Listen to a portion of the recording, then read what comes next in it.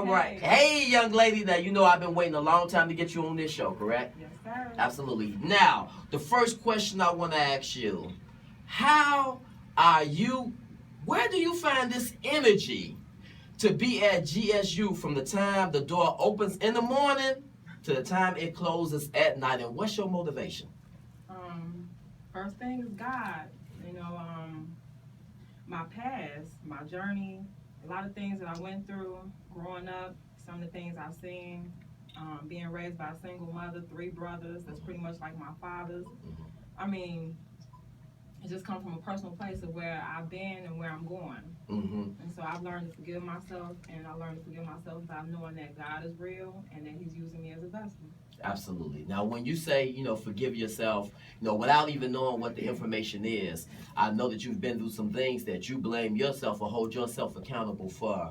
When you get weak and sometimes we break down to one knee, I'm looking at some motivation standing behind you right now. Could you please tell us who these individuals are and what they mean to you? All right, so I'm a mother of 5. My oldest is Patricia, she's 17.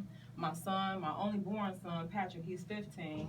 And then my 3 youngest girls, which 2 are published authors and illustrators. That's Ayana, she's 11. Ariel, she's 10. And my baby girl is 8. Her name is Sanaa. Wow. Now, did I just hear you say published authors? Yes, sir. Y'all need to give it up for that inside here right now.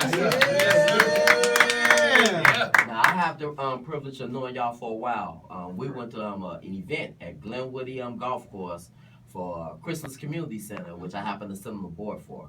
And I believe baby girl was there. She had her books, but also your son as well. He has a talent. He can bake. Bake very well. Talk about that, because sometimes we try to stop our men from going into the kitchen because we say, you know what, we'll just leave that to the woman to do. But talk about why you teach your children the way you do. Well, I'll be honest, there's a lot of things I know how to do, and there's a lot of things I don't know how to do. And baking is one of them that I don't know how to do. Okay. And so the person that took that trade is my son Patrick. So anything that my children want to do in life, I pretty much will support it, because I know where we've been together since I've been their mother, and they've known the journey, they've known the struggle. And we refuse to go back. So whatever it takes to keep moving forward and keeping God first and staying as a family, that's what we'll do. You say that, my lady.